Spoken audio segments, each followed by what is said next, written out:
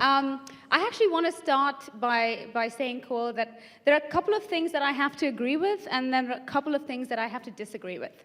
Is that okay? Of course. Okay. The thing that I have to agree with is that, yes, before me, there were many. There were, okay, a few, if not many. There was the famous Satyajit Ray, and we know that he did win an honorary Oscar. His film, The World of Apu, till date, when I go into meetings, whether it's in LA or London, they still quote The World of Apu as that masterpiece of Indian cinema. So yes, he did pave the way in a way. Then we have Pandit Ravi Shankar. And he, in the world of music, I think enriched the lives of so many international musicians as well. And famously the Beatles, we all know that. And he took the sound of the sitar to the West, and he made it a not-so-alien sound. And then we have actors like Tabu, like Irfan, who kind of paved a way for actors like us, who dreamt of being exactly what they're doing, dreaming of being part of a global phenomenon on an international platform. But yes, times for them were different, and times for me are very, very different. And that's why I have to disagree with you when you said, was I just smart to stay there and just capitalize on everything and ignore India? No. I think the cinema that I kind of feel my sensibilities match with is happening now in India. You know, with Pan Singh Tomar, with films like Shahid, Gattu, I don't know if anyone's seen any of these films, things are changing. And I think it is about how we responsibly put the right kind of films out there for the world to see and for the world to accept. So far, we've been stereotypical characters. And I think in a big way, with Slumdog Millionaire, it changed all of that. It changed all of that, not to the extent that I would have loved it to have changed, but definitely, and I'm getting tired, but definitely to the extent that I feel like I finally had a voice. I grew up, I think I should take you back to a bit of my own personal journey and my so-called struggles, which Cole just dismissed. The thing is, I had a mental struggle, Coil, and I'll come down to it. And I'll come down to it, and I'll tell you why it was a mental struggle. So growing up, I have to admit that I dared to dare that international dream when not much was happening on the international arena and the international platform. In fact, it was a very scary time to dream a dream like that, because a lot of Indian actors were kind of returning in a way. You know, we had the Indiana Jones Temple of the Doom film, and then we had a couple more films here and there, but they were all very stereotypical characters, which for some reason, and I don't blame the Indian media, they would call it the blink and miss role, and would dismiss it and almost detest it. But I continued to dream this dream, and I wondered if, you know, I would stand in front of the mirror and my hairbrush was my imaginary Oscar and my Emmy and my Tony, and sometimes a shampoo bottle was my Grammy Award, and I'd wonder if that would ever change, if there was an opportunity for me to change all of that. And then, of course, things in terms of the cinema that I was exposed to, and this is where the struggle comes into play. Through my friends, family, and teachers, I was exposed to a very world cinema kind of scenario growing up. So whether it was films by Wong Kar-wai or Kurosawa, some of which I could not relate to, which is fine, but I did always appreciate the odds that these directors, these filmmakers made those films against and promoted it to the international arena to the point that they all got accepted in world cinema. And then, of course, the very, very important topic is Indian cinema. Yes, of course I was exposed to it. Of course I grew up watching Indian films as well. It's a myth, and I would like to take this opportunity at the India Today Conclave to tell everybody who thinks that I have forgotten my roots and have kind of forgotten where I came from, to say that that is absolute rubbish. I absolutely never said that. I always said, and I still stand by it, that I cannot be blamed for having a different sensibility. Everybody has a certain sensibility. And to pick on someone who always said that I enjoyed Mirch Masala, and if they ever made a remake of it, I will be going guns blazing into that audition, and I will make sure I bag Smita Patel's role, just because I absolutely loved that film. But of course, when I grew up in the 90s, and I was born in 1984, by the time it was the 90s, the focus, and I think Irfan would agree with me here, had shifted to the big budget, the box office films, the films that were making the money, the films that were providing revenue. And then my so-called struggle really began, because I realized that not only was my international dream, because of the stereotypes, getting deflated, but also my Indian dream was getting deflated. And it led me to this point where I actually told my sister that by 25, if nothing happens, I am going to become a wedding planner, because nothing else is working for me. And I had to say that because honestly, I had no plan A and plan B. People have that, but my one and only dream and passion was acting and entertainment, and that was not going to happen in my head, and it was a sad moment. Theater as well, in a way, which I kind of feel bad that we were not really exposed to as much in schools, was something that is underappreciated in this country. Not the way, you can do a play in New York or London, and you have such throngs of people just coming in there and enjoying what is being put on stage. So again, there was another dead end. And so finally, when I was 22, I got an open casting call for this film that this British filmmaker named Danny Boyle was going to make. And of course, I walked in there knowing that it was going to be another blink and miss role, 20-minute screen time at the most. But more important than that, I knew that it was a story that I believed in, a story and a script that I really enjoyed reading. And who wanted to say no to Danny Boyle at that point in time? I mean, that would be a really stupid mistake, right? So I walked into that audition. It was 6 months of struggling because it was intense competition. And no, I'm just kidding. No, it wasn't struggle, actually. It was the fun part of my auditioning process was that I got to learn so much. But it was intense nonetheless, because I had to beat quite a few hopefuls in this country, in the US and London, to the point that I started becoming obsessed with this character. And the obsession continued for a year after, when in 2009 we finally became the multiple Oscar-winning film. And by 25, I was not a wedding planner. I had just played a Palestinian girl in Julian Schnabel's Miral. And I also bagged a role in Woody Allen's film, You Will Meet a Tall, Dark Stranger. That's when I realized that this is where the real battle begins. Because everything that I said I did not want to do, which is fall prey to stereotypical roles, I will have to show that I can do it and not just say it.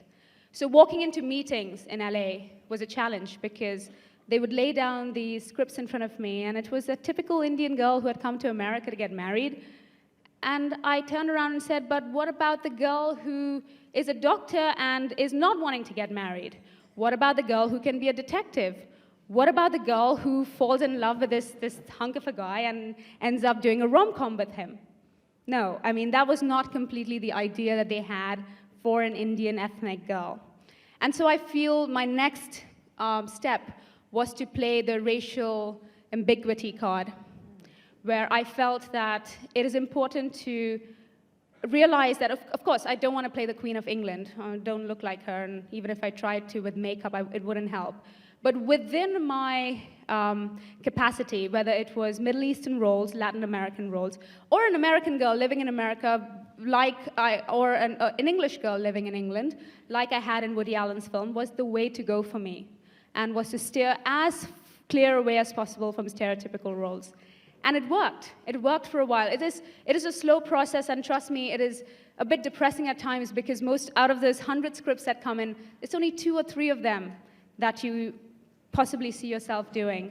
And then comes the actual process of actually going and getting those roles.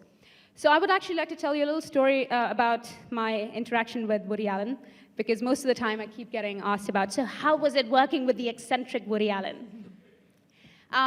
This is actually an eye-opening story for me. This is after Slumdog Millionaire, and towards the end of the filming of You Will Meet a Tall, Dark Stranger, I walked up to him and I said, Woody, thank you so much for making Dia a not Indian character, even though she is of Indian origin, but not focusing on her ethnicity. And he looked at me like, why is she stating the obvious? And he looked at me like, why is she even defending herself? And he said to me, he's like, but isn't the world a much smaller place, Freida? And why would I focus on race when I have human emotions, human feelings and human complexities to deal with. And when he said that, I went, oh, wow, finally, minds have changed and have begun to start changing. Slowly but surely, it is happening. And the way to go for me was to chase those minds and work with those like-minded people. So here I am today. It's still a long way from here, and I think Irfan's story would be very interesting for me to learn as well, because he's had to face both Hollywood as well as Bollywood, and he will be able to. I've never done a Bollywood film, and I'll come down to that when I'm sure someone will ask me a question, so I've decided not to even talk about it. But I feel like for me it will be very interesting to learn how it has been for you, because I've never had to face this side of the story. You know, I always talked about the cinema, the sensibility that I had, but you've had to face both sides. So for me, it will be a very interesting kind of a story to listen to. And I love interactive sessions, so I'm going to leave it at that. I'm sure a lot of questions will come up. There's a lot that I want to say, but we have very limited time. Over to you, Irfan, and I really hope I know I will learn something from you today.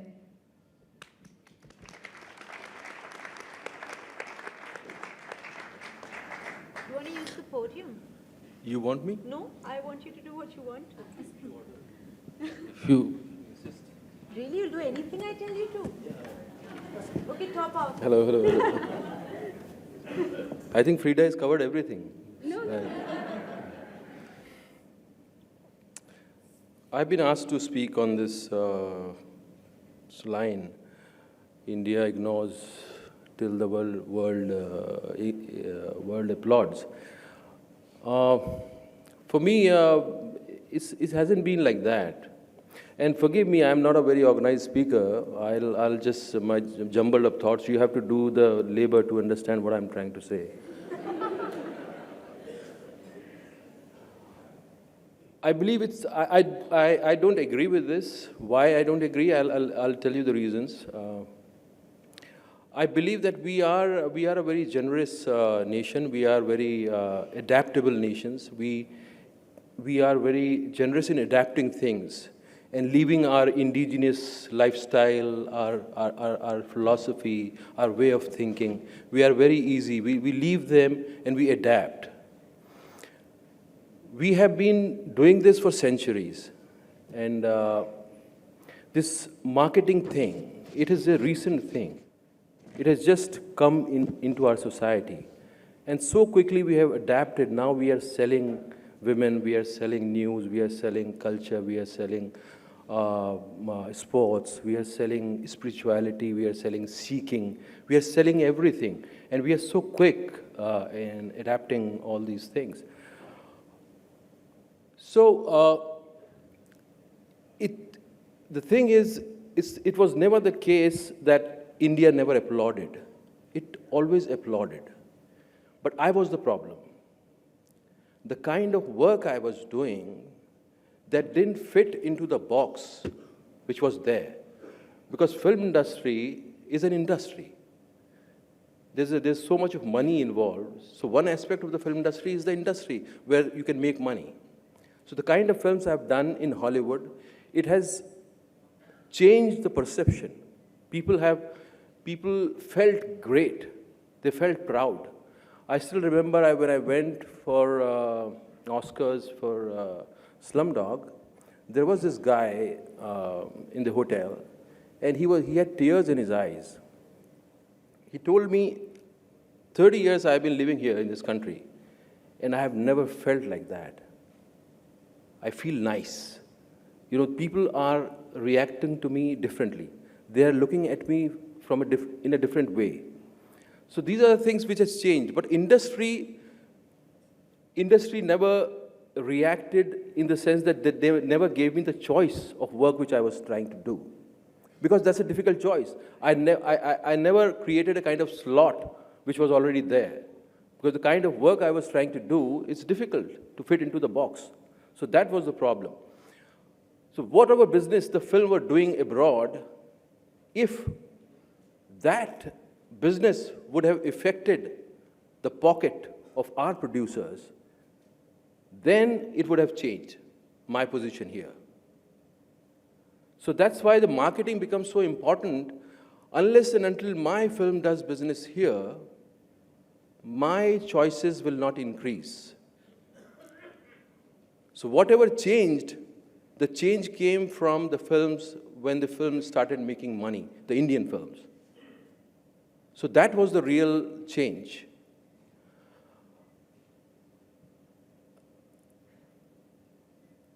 People think that, you are doing films there, so definitely here producers and directors are going to take you seriously. But that's not the case. They always respected our talent, but the choices which I was making was difficult for them to fit me in. That's the thing. And this is not an easy journey. I'm enjoying every bit and part of it, but I have to create my own path. And when you have to create your own path, it's a difficult task. I'm not trying to walk on a path which has already been made. So whatever it is, if it's about moving a mountain, we will move a mountain. Whatever comes, we'll enjoy this journey and try to give you entertainment and try to redefine entertainment as much as we could, as much as we can. Thank you. So I'm going to use the privilege of asking the first question. First to you, Freida. You talked about battling and struggling with mental demons. And actually that really, okay, for whatever struggles and whatever stuff that you did before that, but at 24, were you 24 when Slumdog came out? Were you 23, 24? Yeah. I shot the film when I was 22, and the film so came out when 24. I was 23. So it's a really young age to suddenly be a global star and on that platform with no sort of rehearsal time and no sort of space. I wonder whether you were really dazzled by it and whether you continue to be dazzled by it, or did you get a moment to sort of just regroup, reconnect with yourself and sort of take it in and go, man, this is happening to me, Right. It was a bit hard actually to do that, you're right, because it all happened really too quick. In fact, the first film festival that we attended, which was the Toronto Film Festival, the film had already, there were followers for the film already from a previous film festival. So by then it was already stamped as this film is something different. The people from this film are to watch out for. And it was too hard to digest because like you said, there was no rehearsal. I didn't have any filmy backgrounds. I had never won a beauty pageant, like I was going to win one anyway. But there was nothing for me to fall back on and say, oh, I've had the experience of having done that, so I will be able to deal with this better. None of that. So yes, I was dazzled. And yes, I was absolutely bewitched by everything that I saw in my setting. But the one thing that I have to say that I'm so very grateful for, and I know it sounds so cliched when you say this, is that I did have really a very grounded family and a very grounding group of friends who would not take any of my nonsense, if at all I threw it at them. So that helped me always come back to reality if I ever stepped out of it. And I think that's what you always hope for in your life, a very strong social support system. And remember that when something like that happens, and it's happening for the first time, with many people dubbed as the fairy tale story, the next thing to also do is to strike while the iron's hot. So in order to do that, you also have to be in a headspace where everything is more realistic, as opposed to, and I can do that, even though you know it's not going to happen. So yes, I had to be very realistic about everything that was happening. For you, Irfan, since you have worked very actively both in Bollywood and in Hollywood, and you've been to how many Oscars now? Two. Only two? My God, okay. So two is a lot, Cole, by the way. Just so that I was kidding, hello. Do you think that there, we talk about this real sense of film fraternity in Hollywood, which is missing somewhat here in our industry. Do you think that that is true because you are a real insider? Anil Kapoor talks about it, when you go to the Golden Globes, everyone's really rooting for each other, it's such fun, and that totally doesn't happen here. Here it is sort of, life or death, and you're in competition with everyone, including yourself. Yeah, there is a kind of style the way they conduct, but the thing which I was trying to say, but I couldn't conclude, the thing is, we are lost in this game of marketing. We have lost to acknowledge our talent. And they have made it a kind of practice to use a talent and make it marketable. And they can sell the talent. So they have made their awards, their cinema, you know, they have brought a kind of credibility to it. For an example, if an actor gets a nomination for an award, his market gets affected. If you are even nominated for Oscars, lifelong you will have this name, Oscar-nominated Freida Pinto. So that becomes a kind of, you know, we are creating awards just for TRPs and just for, you know, some money. So we are not really rooting for our talent. We don't have respect for our talent. We don't know what to do with it. We are just aware of our pockets and our procreational instincts. Otherwise, we are in slumber. We are just sleeping. These are the two things we are, you know. So we need to find our indigenous ways. Even if we are adapting things, we need to find our own voice into it and see how it's doing good to us. Like when I was a kid, I used to wonder, in this hot weather, why advocate wear this black coat? I still don't have an answer for this. It's like headmaster साहब आए थे, वो classroom में बोल के गए थे कि काला कोट नहीं पहना तो डंडा पड़ेगा, ब्रिटिशर्स चले गए, अभी अगर नहीं पहनेगा कोट तो वकील को डर लगता है, सिस्टम को डर लगता है कि वो आके दोबारा डंडा ना मार दे. So we are still, it's like Britishers have given a baton to certain people, they don't care, and you know, भगवान के भरोसे चल रहा है country. So that's what we are losing. That's what we are not being able to understand, that we are very talented, we are unique people in this whole world, and we are not giving enough importance to that.